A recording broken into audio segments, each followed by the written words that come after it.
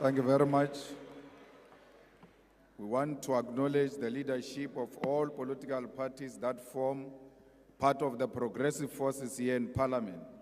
These include the leadership of Umkhonto weSizwe Party, the African Transformation Movement, the United African Transformation, and the National Colored Congress.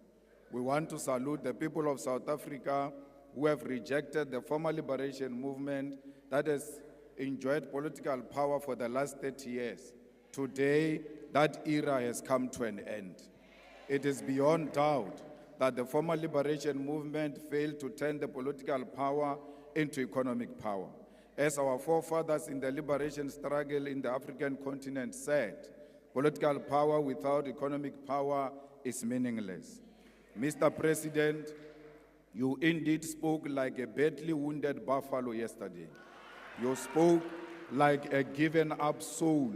Nothing inspirational came from that tired speech yesterday. You didn't speak like a person who declined electoral support with 17% to less than 50%. How on earth do you repeat a Sona speech that made you lose elections? You were saying to South Africans yesterday, in so many ways, that you learned nothing out of these historic elections to an extent that you want to continue business as usual.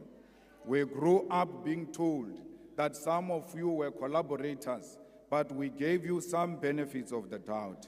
It was said in this house that you personally wrote a letter to the apartheid police accusing your fellow comrades of planting communist ideas in your head, and we refused to believe that story at that time.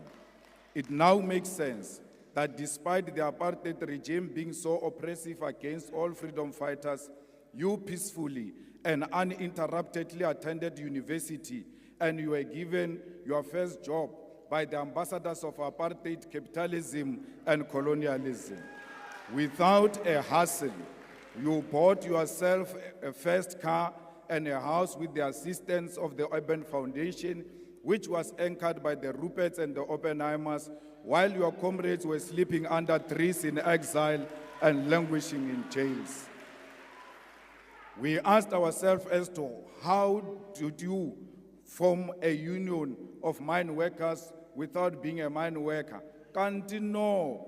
You were the conveyor belt between the workers and the super exploitative mining capitalists in South Africa after the Oppenheimers and Anglo-American had concluded that the mine workers must be organized. Our elders in the struggle have made allegations before in this house that throughout the struggle against apartheid, you were insulated from any form of